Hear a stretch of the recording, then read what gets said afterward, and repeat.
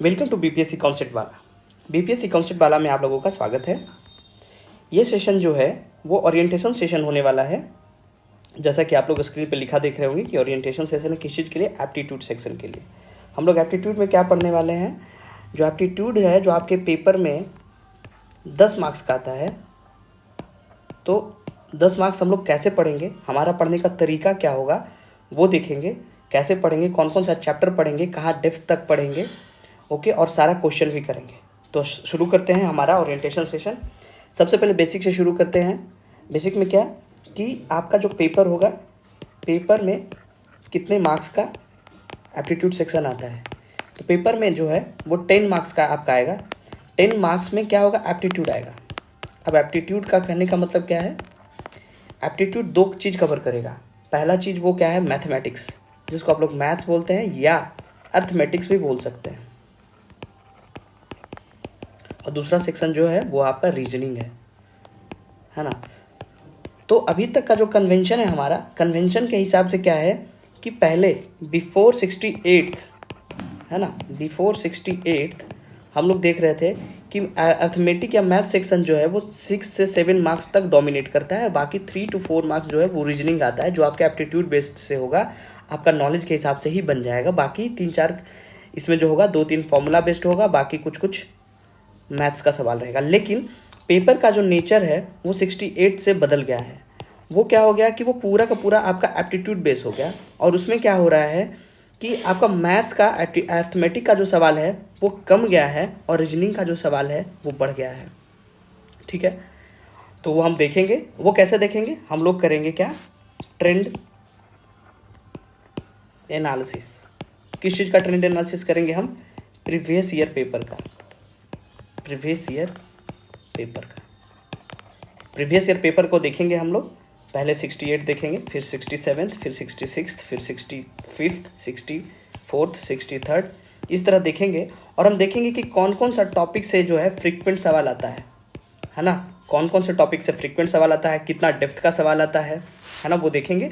और उसके बाद हम लोग एनालिसिस करके एक पॉइंट पे आएंगे, कंक्लूजन पे आएंगे कि कौन कौन सा टॉपिक हम लोग पढ़ेंगे।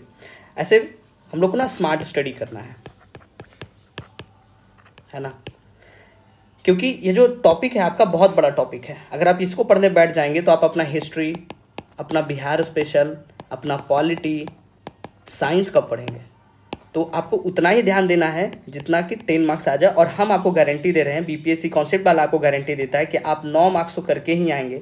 और अगर आपका एग्जाम में आपका माइंड आपका अच्छा काम किया तो आप 10 में 10 स्कोर करके आएंगे, 10 में 10 मार्क्स स्कोर करके आएंगे। ये आपको एश्योर कर रहे हैं हम लोग। ठीक है, तो आइए देखते हैं, पहले पेपर एनालिसिस करते हैं। ये आपका 68 का पेपर है।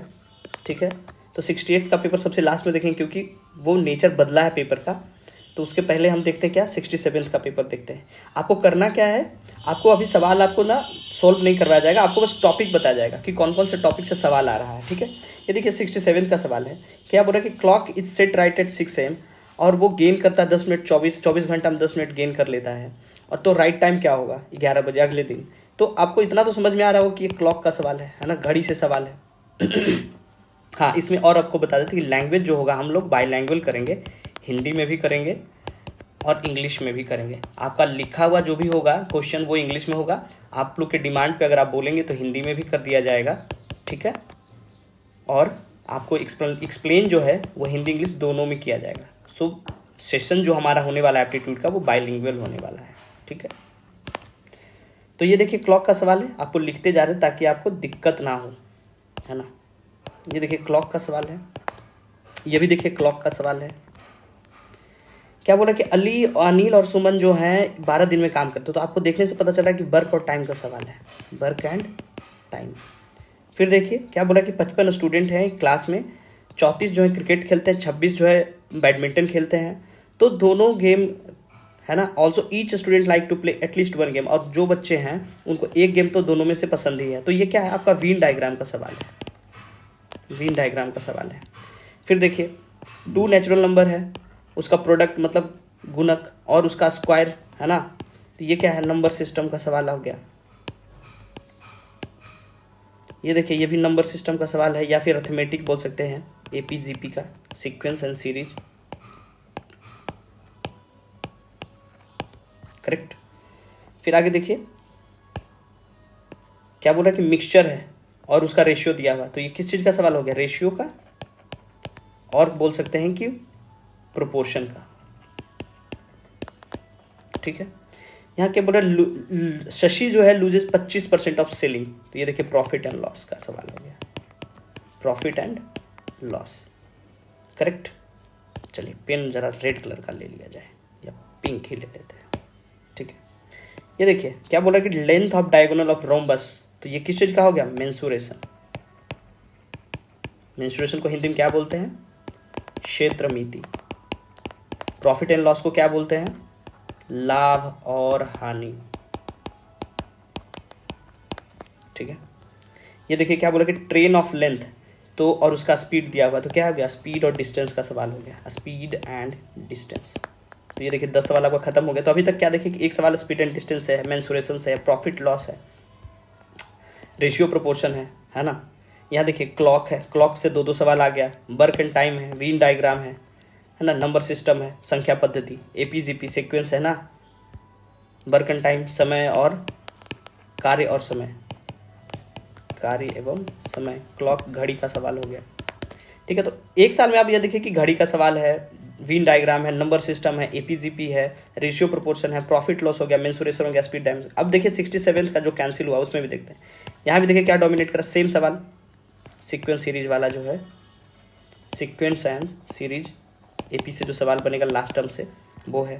ठीक है, ये देखिए किस चीज़ का सवाल है, पॉजिटिव इंटीजर दिया हुआ है, ये आपको अलजेब्रा में आ जाएगा, फॉर्मूला बेस्ड अलजेब्रा। ठीक है, देखिए नंबर सिस्टम, कैलकुलेशन बेस्ड सवाल है एकदम। ये देखिए लॉग का सवाल है। उसके बाद ये देखिए क्या बोल रहा है कि selling 45 lemons at for 40 rupees and loss loses 20%, तो क्या हो गया, प्रॉफिट एंड लॉस, लाभ हानि। Distance time speed, distance speed. फिर से देखिए क्षेत्रमिति का सवाल आ गया, मेंसुरेशन का।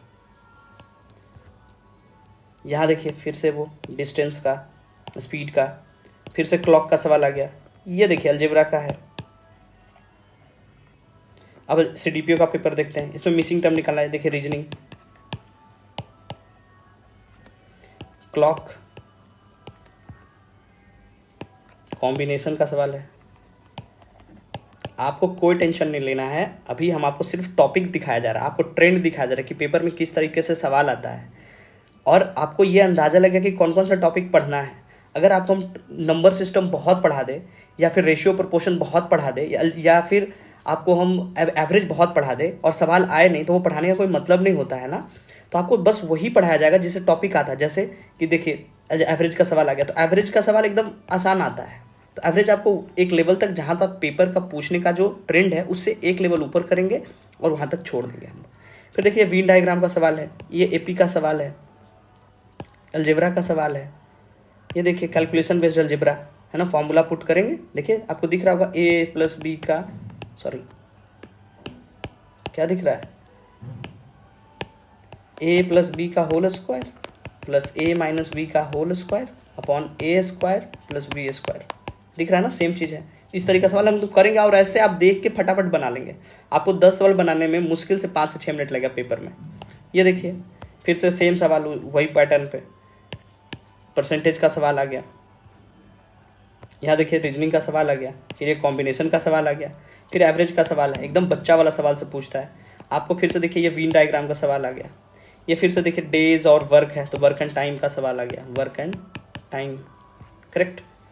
फिर से देखिए यहाँ क्लॉक आ गया, क्लॉक आ गया, नेचुरल नंबर, होल नंबर, सब पढ़ाया जाएगा आपको। ये देखिए अलजेब्रा, 65 का सवाल देखिए, समेशन का सवाल है। बस आपको दिखने में लगा कि ओ माय गॉड ये तो बहुत बड़ा सवाल है, सिग्मा उग्मा है, कैसे होगा, सब हो जाएगा। एकदम आसान सा सवाल है, बस कॉन्सेप्ट पे ध्यान दिया जाएगा, बेसिक सिखा दिया जाएगा, यूं ही आप कर लेंगे सारा सवाल। फिर से देखिए ये डिस्टेंस और स्पीड का सवाल है। ये देखिए 12 आइडेंटिकल पेन है जो कि 2 बच्चों में डिस्ट्रीब्यूट करना है ना, एवरेज का सवाल हो गया। ये देखिए मेंसुरेशन का सवाल हो गया। फिर यहाँ देखिए कि टैंक है उसको फिल करने में 3 घंटा लगेगा, एम्प्टी करने में 4 घंटा लगेगा, तो किस चीज़ का सवाल हो जाएगा? ये सब आपका इफिशियंसी बेस्ड सवाल बनेगा, जिसको हम क्या बोलते हैं? वर्क और टाइम। ये इफिशियंसी पे बनता है, वर्क और टाइम, इफिशियंसी का कॉन्सेप्ट लगता है और सारा सवाल बन जाएगा। ये फिर से देखिए रीजनिंग का सवाल है, ये सीक्वेंस बोल सकते हैं, सीक्वेंस सीरीज का।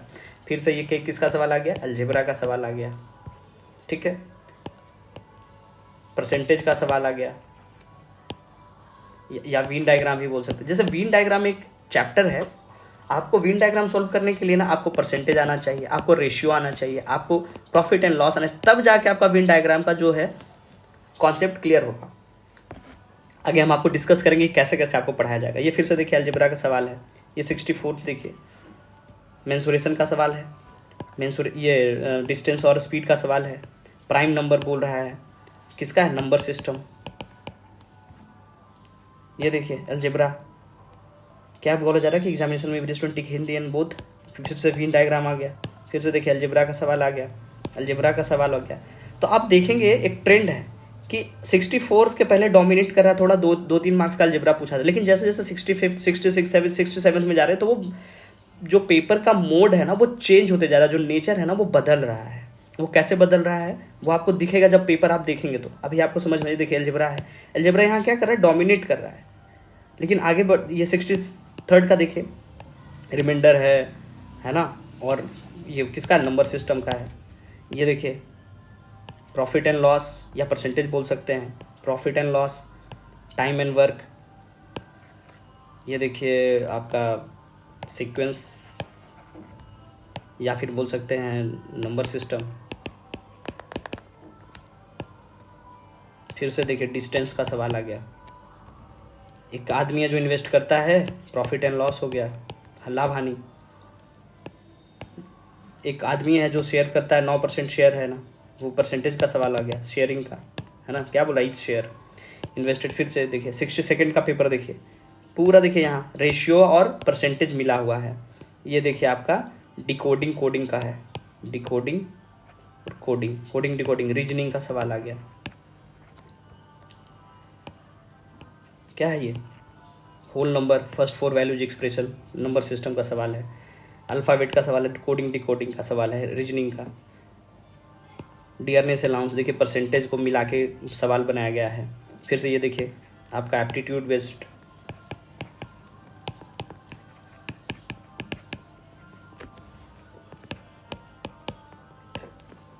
है ना, रीजनिंग। देखिए ये आपका कैलकुलेशन वाला सवाल है, कब आएगा? जब आपको नंबर सिस्टम अच्छे से आएगा तब आएगा, ठीक है। ये फिर से देखिए ये इफिशियंसी का सवाल आ गया, मतलब वर्क और टाइम।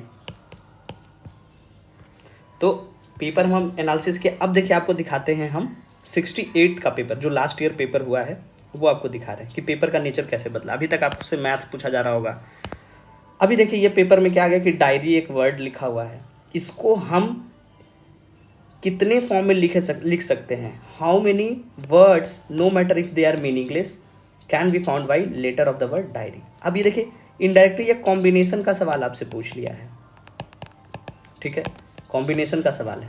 कॉम्बिनेशन में भी एकदम बेसिक सा सवाल पूछा है। ये देखिए आपका मिसिंग टर्म निकालना है। अब इसमें आप ना तो कोई फॉर्मूला यूज कर सकते, आपको सिर्फ और सिर्फ अपना एप्टीट्यूड यूज करना है, और एप्टीट्यूड से बना तो बना, नहीं तो फिर नहीं बनेगा। तो आपको करना क्या है, आप जब सीख लेंगे कि कैसे सॉल्व करते हैं, 3-4 तरीके होते हैं जो आप समझ जाएंगे, तो आपसे ये सवाल बन जाएगा। फिर ये देखिए मिसिंग नंबर निकालना है। ये देखिए फास्टर कि अल्फ़ाबेट को नंबरिंग कर देंगे और उसके नंबर के हिसाब से कोडिंग डिकोडिंग करके करना है। फिर से देखिए मेंसुरेशन का सवाल आ गया, मेंसुरेशन क्षेत्र मिति, ठीक है। परसेंटेज का सवाल आ गया। अब यहाँ देखिए लॉजिकल मीनिंगफुल ऑर्डर बोल रहा है। लॉजिकल मीनिंगफुल ऑर्डर में दिखा हुआ vice president, president, speaker, prime minister, member of parliament.